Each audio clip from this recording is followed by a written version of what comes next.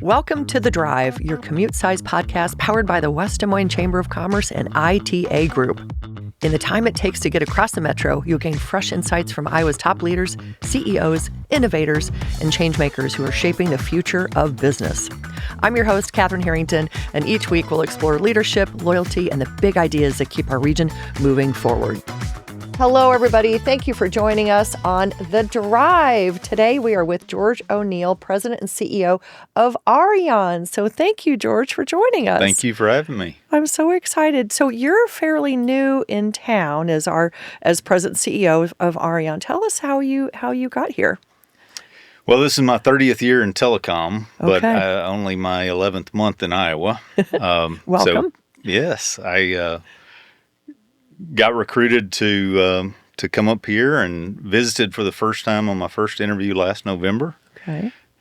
Came back in December. It was a little more chilly, and they started me. I think they thought it would be funny. They started me on January the 13th. No way. And it was like minus 10. Oh, no. Sorry. And anyway, so it's been a fun ride, but my wife and I moved here permanently in March, bought a house in West Des Moines. Okay, thank you. And anyway, we love it. We've had a lot of fun, met so many great people and been very social. And it's been very welcoming. I've been told by folks that have lived here a long time that it used to be kind of historical that Iowa people kind of kept within their own and didn't really welcome outsiders, and I can testify that has changed because they've been very welcoming to me. Yeah, I love that. So you kind of have a southern accent. Where are you from? Yes, I'm born and raised in Texas. Spent Okay. the majority of my life there. Neat. Went to school in New York and spent a little bit of time in a few other states, but the majority of time in Texas. Oh, love it. Gosh, are there other Texans that are here that maybe that you know of, you've run into? I've met a few. You have? The Lieutenant Governor is a Texan. Yes, that's right. That's right. Courtney, who is the Vice President of Marketing for the Des Moines Partnership, is a Texan. And so, I met a few. That's so neat. I love that. Well, I adore. Do you wear like a lot of hats when you're in Texas? I just love cowboy hats. No. Any excuse. I love to wear a cowboy hat. So there's lots of folks that do, but I wasn't one of those. Oh my gosh, I would love that. Cowboy hats and cowboy boots, just like the Iowa State Fair. Love to go to the fair and wear the attire. That's awesome. So tell us about Aureon. You're an amazing company in West Des Moines, based in West Des Moines. You do a lot of different things for population. So tell us about Aureon. Absolutely. So Aureon is a technology solutions company, and we have 4 product families. Okay. We have connectivity, which is primarily our fiber network, which is pretty vast. About 6,000 miles of fiber Aureon directly owned, and then our shareholders and our partners, when we add that up, it gets to 60,000 miles. Wow. We have the network extended up to Minneapolis, Chicago, Kansas City, and Omaha. And so we provide a variety of connectivity type services over that to both wholesale type providers as well as individual businesses and enterprises. Our second product family is managed services, or some people call it managed IT services. Yeah. And so we try to take a burden off of small businesses and enterprises by providing remote IT type services, equipment, firewalls, you name it, we can take care of you. Third business product family is our contact center, and we provide world-class contact center services, tier 1, tier 2 support for 8 different industries across 17 different states. Wow. All with a good Midwestern accent that don't sound like me. You've got a great accent. And so we love that business. And then our final product family is our consulting group. Okay. So we do consulting for a number of industries, tremendous number of them here in Iowa and Des Moines area, as well as regionally. And we also do some staffing services. So whether it be executive search or direct hire or temporary hire, if you have trouble finding that right person, we can help you out. I love that. And we at the Chamber, we use your internet service and also the contact center, That's great. which we love, which is great. So you're helping us find new members That's right. across the region. So thank you. We Yeah, love the thank work you. so much. And also Aureon is a proud President's Council member of the Chamber. So we appreciate right. your support and all the work that we do together. It's wonderful. So I love it.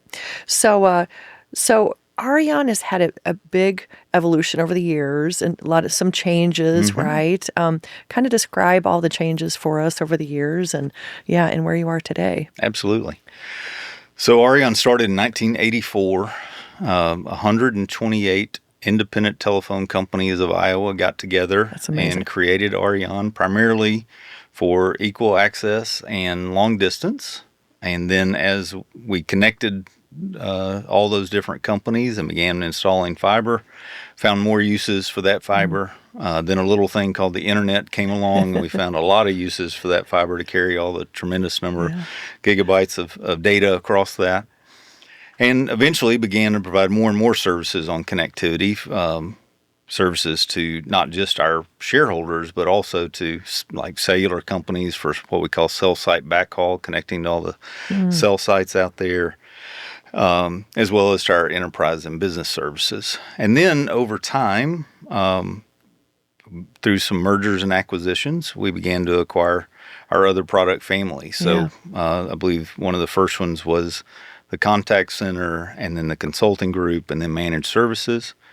And in my vision is to integrate all those seamlessly so that we can provide unique solutions, and what we internally call that one Aureon. Yeah. And so the goal is that we have different product families, but we look and act like one big company that provides these unique solutions, because there are providers of all of those different services out there, but there are hardly any, if any, that provide those four unique services together. I love that. One-stop shopping then, basically. Exactly. That's the goal. Yeah, that's incredible. I love your new vision. That's one Aureon. That's wonderful. So you've been an incredible leader over your years as a leader. And I guess what are some of your career highlights in technology, and maybe what's one leadership lesson that's guided you the most throughout your career? Okay. Some of my career highlights. So I started in the industry with SBC Communications, which is now AT&T. Okay. And then I was in their leadership development program. From there, I moved to Arkansas and worked for a company that no longer exists now called Alltel. Okay, Alltel. And Alltel was quite a large company, both wireless and wireline, and they eventually split off into what became part of Verizon and Windstream. A lot of changes over the years. Yeah, a lot of changes in telecom. And then I got recruited by a smaller company, but it was very nimble and exciting. GVTC Communications, which is just outside of San Antonio, and it's a company much like our shareholders. It's a cooperative. Okay. So operates in a different space, but we were very nimble and saw a lot of growth.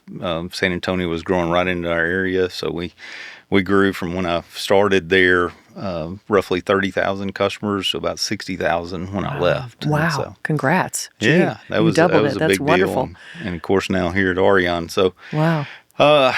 Lots of leadership lessons, right? I kind of thought about this, and I started my leadership journey almost 40 years ago when I stepped foot on West Point, at West Point. And just through observation, reading, studying, I would say the one thing that's kind of guided me, and this is going to be probably different than what you think, is that finding the right pace for your team is critical. Obviously, you can't sprint all the time, and you can't crawl everywhere because that's too slow. So finding what I call that fast walk, which leaves you the capability to sprint when something happens and you need to sprint for a while, and then go back to that good pace where you're efficient, while at the same time you're not burning out your employees, is critical. And there's several tools that I use to do that, different challenges that I've challenged the team with, and observe how they react to that, watching time frames and all of that. But it's something that would be hard to teach, but it's something I consistently do that I believe is very important. So can you dig deep? Can you go a little bit deeper of how you how you help your team find that pacing that's good for everybody in the whole team? How do you do that? Yeah, well, obviously, being able to measure is Yeah. critical, And how do you right? measure that, I guess? Well, it depends on what we're doing. Okay. For example, Okay. in telecom world, we measure things like mean time to install, mean time to repair, Got you. looking at our trouble percentages for reliability and all that. But I also look at things like, project execution. How many projects are we running? How many of those are completing on time, on budget? Yeah. All of that sort of thing. And Okay. then to try to get buy-in from the kind of the whole employee universe. Uh-huh. We're actually just rolling this out new to Aureon,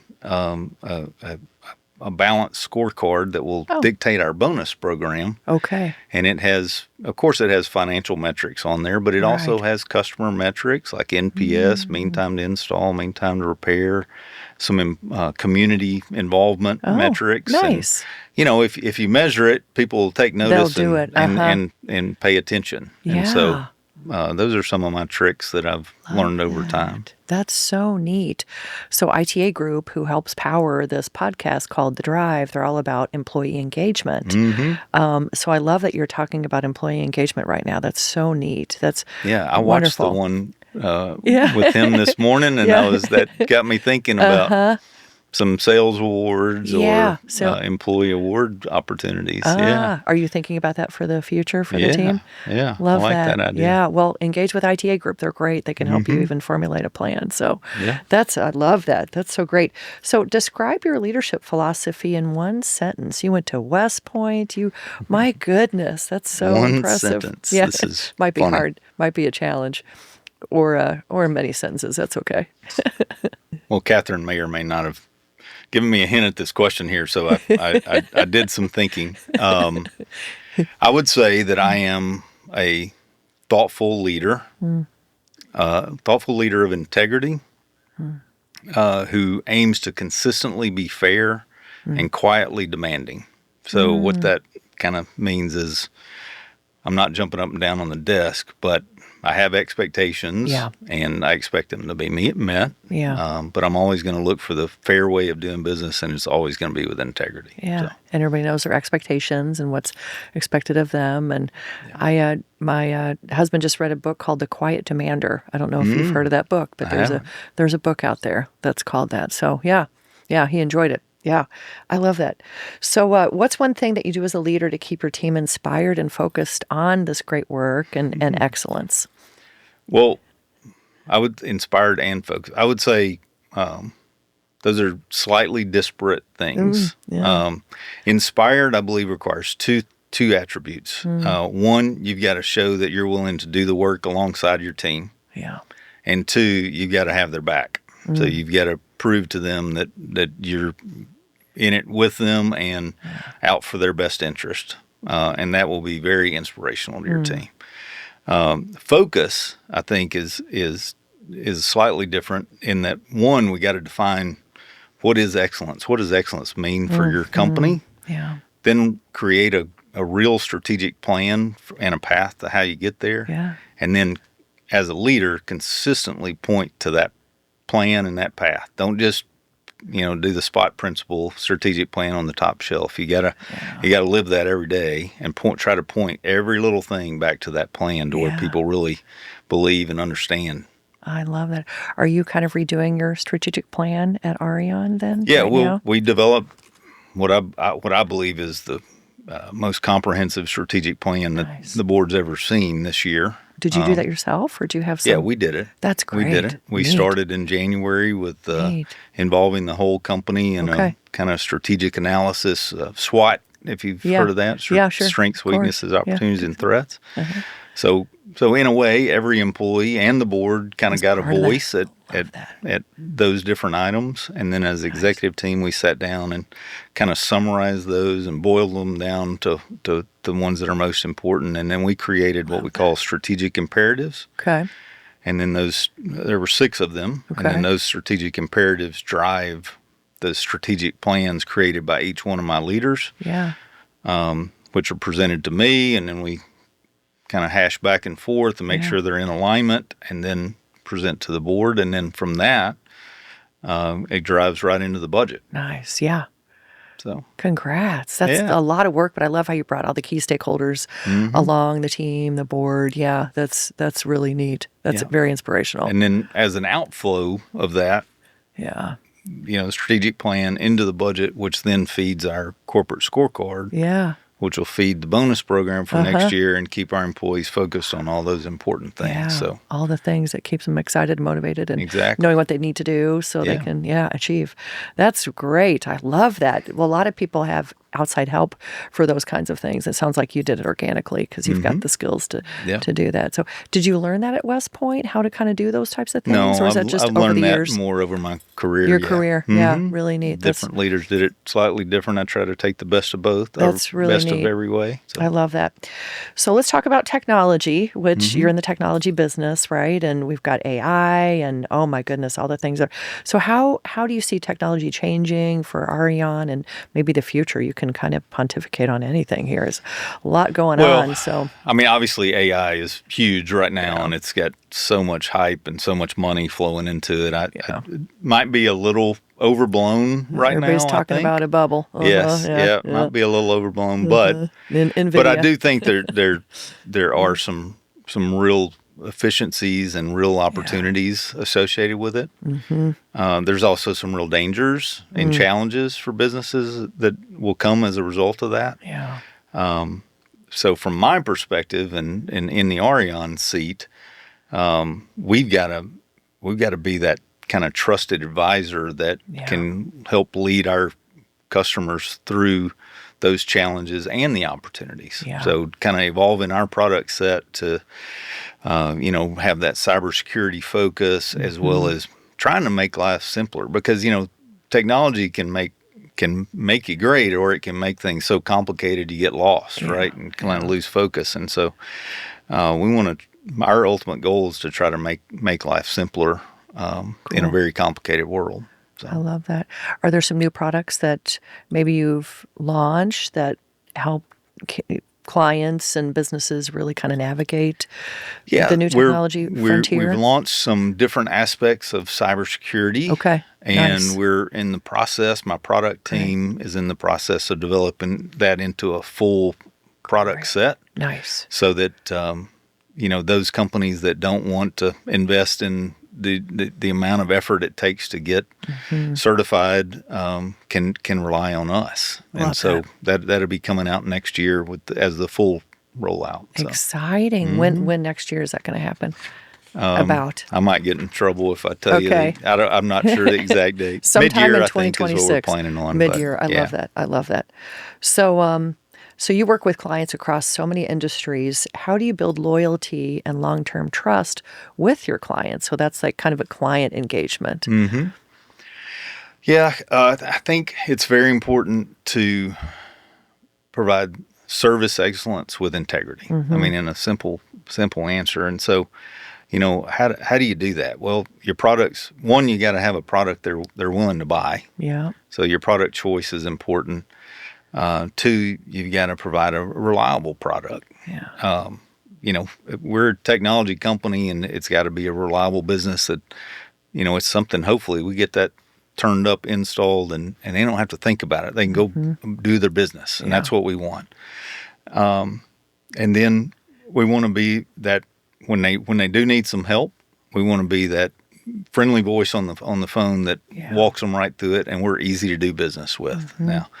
And then we, as a company, we want to represent the type of values that we think our customers represent, which is being very heavily involved in the community, and so we're ramping up that engagement as well. Nice. Talk about some of your community work and So we have today we partner with a group. And we have several different programs. We have what we call AU Cares, which is kind of internal, and we find different organizations that we go partner with. Like a couple of weeks ago, we went and packed food at Meals for the Heartland. Yes, that was great. Yeah. And we want to do more of those initiatives, but we also partner with our shareholders, and we have different programs with them where Aureon, we both provide money to support Cool. local things in the small towns around Iowa where our shareholders live. And so we call that the Ripple Effect Grant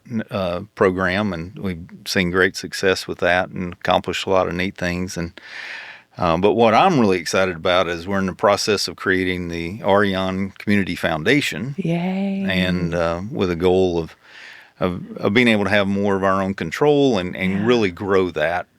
We have an annual golf tournament that it's a big deal. It's a big golf tournament, and we want to turn that into the Aureon Charitable Classic and be able to bring in some new partners and raise some funds that'll go to those in the communities we serve. So we're excited about that. What are the pillars of your foundation? Have you identified them yet?